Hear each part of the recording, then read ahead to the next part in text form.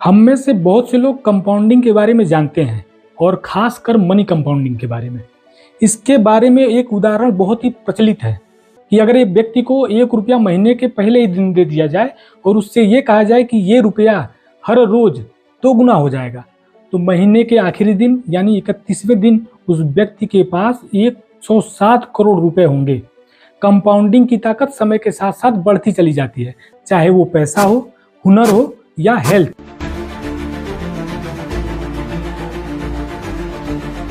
नमस्कार, मेरा नाम सुशांत है और आप देख रहे हैं माई व्यू।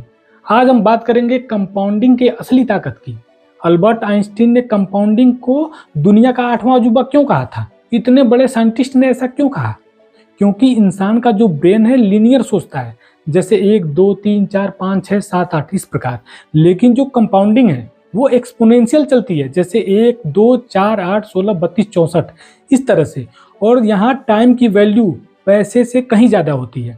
कंपाउंडिंग की क्षमता समय पर निर्भर करती है। यदि आपने दूसरों के मुकाबले अधिक समय इन्वेस्ट किया है, अधिक समय दिया है किसी काम को, तो आप उनके मुकाबले हमेशा आगे रहेंगे। कंपाउंडिंग समय के साथ साथ और अधिक पावरफुल होती जाती है।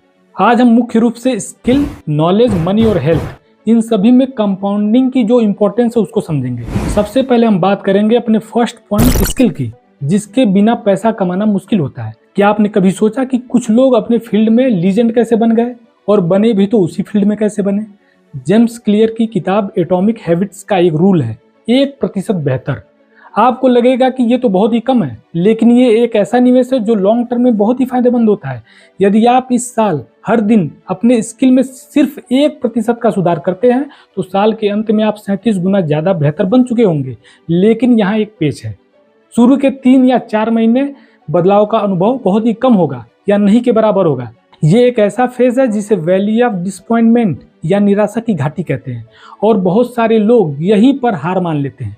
लेकिन जो टिका रहता है, कंपाउंडिंग उसके हुनर को अचानक ओवरनाइट सक्सेस में बदलने की ताकत रखता है। स्किल में कंपाउंडिंग तब दिखता है जब छोटे छोटे हुनर आपस में जुड़कर सुपर पावर बन जाते हैं, जिसे स्किल स्केटिंग भी कहते हैं। उदाहरण के तौर पे आप कुछ सक्सेसफुल जो यूट्यूबर्स हैं उनकी पहली वीडियो देखो और फिर लेटेस्ट जो भी हाल ही में अपलोड किया गया हो, आपको क्वालिटी में जमीन और आसमान का फर्क दिखेगा। आप देखेंगे कि साल दर साल उनकी स्किल कैसे बढ़ती चली गई, चाहे वो एडिटिंग हो या वीडियो शूटिंग की हो। स्किल की कंपाउंडिंग का मतलब यह नहीं है कि आप किसी एक चीज में दुनिया के सबसे बेहतर खिलाड़ी बने, बल्कि इसका मतलब यह है कि आप अपने हुनर को इस तरह जोड़ें, इस तरह उसको अपर लेवल पे ले जाएं कि आपकी जगह कोई भी न ले सके। अब हम बात करेंगे सेकंड पॉइंट, नॉलेज की। अपने बचपन को जरा याद करो, कितना नॉलेज था उस समय और आज कितना है। भले ही आज आपको ये लगे कि आज आपके पास ज़्यादा नॉलेज है, लेकिन क्या आप अपने फील्ड के महारथी हैं? आपको अपने फील्ड में महारत हासिल है? नहीं। बहुत कम लोग ऐसे होंगे जिनको उनके अपने फील्ड में महारत हासिल है। आखिर ऐसा क्यों? क्योंकि बचपन से लेकर अभी तक जो ये फेज है, इसमें कंपाउंडिंग नॉलेज जो है उसका अभाव था। वॉरेन बफे रोज 100 पेज पढ़ते हैं और वे कहते हैं कि ज्ञान चक्रवृद्धि ब्याज की तरह जमा होता है। आज आपने जो कुछ भी सीखा वह कल की सीखी बात से जुड़कर एक नया आइडिया बनाएगी। लगातार सीखने वाला इंसान एक औसत इंसान से मीलों आगे निकल जाता है। उदाहरण के तौर पे मान लो कि आप मनोविज्ञान की एक किताब पढ़ते हैं और आपको वहां से थोड़ा बहुत समझ में आता है।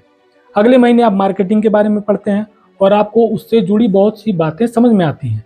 यहाँ आपका दिमाग पिछले महीने पढ़े गए मनोविज्ञान को इस मार्केटिंग से जोड़ देगा। आपको ये समझ में आएगा कि विज्ञापन लोगों के दिमाग पर कैसे असर डालता है। फिर आप अगले महीने हिस्ट्री पढ़ते हैं और आपको पता चलेगा कि पुराने समय में राजाओं ने कैसे लोगों को प्रभावित किया। अब इसका नतीजा क्या होगा? जैसे जैसे आपका नॉलेज बैंक बढ़ता है, आपके दिमाग में नए और अनोखे आइडियाज पैदा होने की रफ्तार तेज हो जाती है, और इसे ही क्रिएटिविटी कहते हैं, पुराने चीज़ों को नए तरीके से जोड़ना। अब हम बात करेंगे अपने तीसरे पॉइंट, हेल्थ की।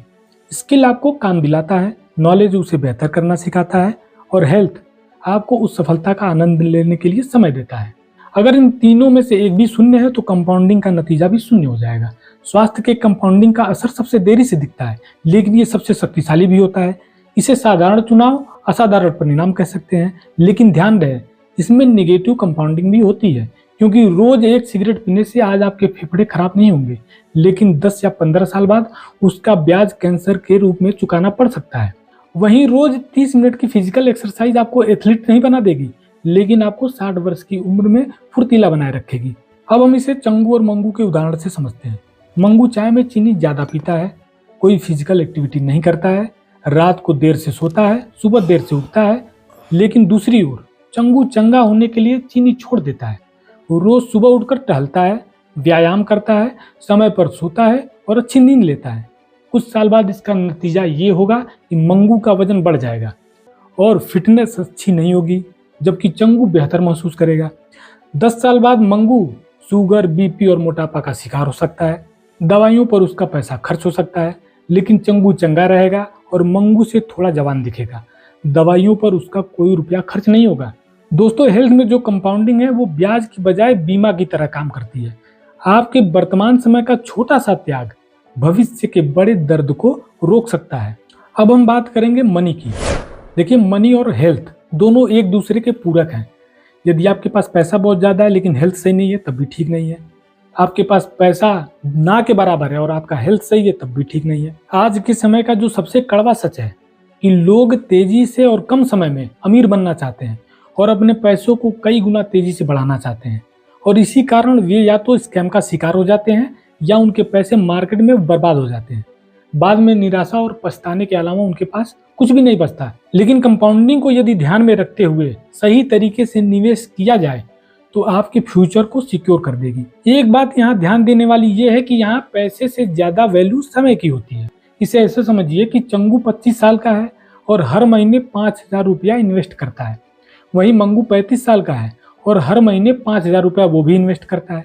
लेकिन जब वो दोनों 60 साल के होंगे तो कंपाउंडिंग के बेनिफिट के कारण चंगू के इन्वेस्टमेंट की वैल्यू मंगू से लगभग 3 गुना ज्यादा होगी।